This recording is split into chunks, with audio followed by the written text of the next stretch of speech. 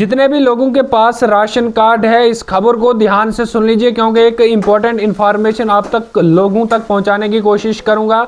जे आपके पास BPL ration card है, अंत्योदय है या एपीएल राशन कार्ड है, तमाम राशन कार्ड होल्डर्स के लिए एक ज़रूरी और अहम इन्फॉर्मेशन रहने वाली है। इस खबर को ज़्यादा से ज़्यादा लोगों तक इस खबर को पहुँचाएँ, क्योंकि कुछ 1 जून से कुछ जो है वो तब्दीली होने वाली है। क्या कुछ तब्दीली होने वाली है वो आप तक पहुंचाने की कोशिश करेंगे।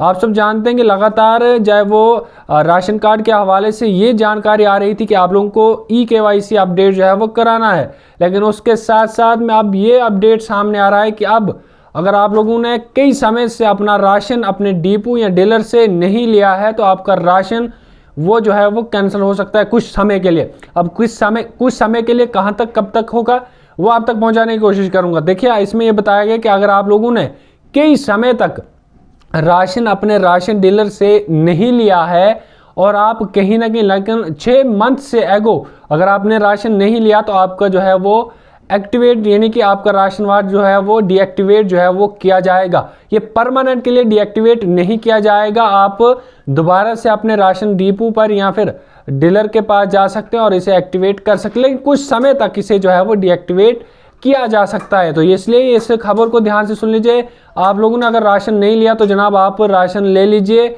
अगर आपने कई समय तक राशन नहीं लिया तो हो सकता है आपका राशन डीएक्टिवेट हो सकता है। इससे नुकसान ये है कि आप लोगों को राशन या डिपो या फिर दफ्तर के चक्कर जो है वो काटने पड़ सकते हैं और कहीं ना कहीं एक्टिवेट करने के लिए आप लोगों को कुछ समय जो है वो लग सकता है। इसमें घर बनाने वाली ये बात नहीं कि आपको परमानेंट के लिए डीएक्टिवेट किया जाएगा, ऐसी कोई बात नहीं है। अब दूसरी बात करेंगे हम ई-केवाईसी के हवाले से। लगातार हम भी ये बताते हैं कि आप लोग मेहरबानी करके ई-केवाईसी अपडेट करा लीजिए।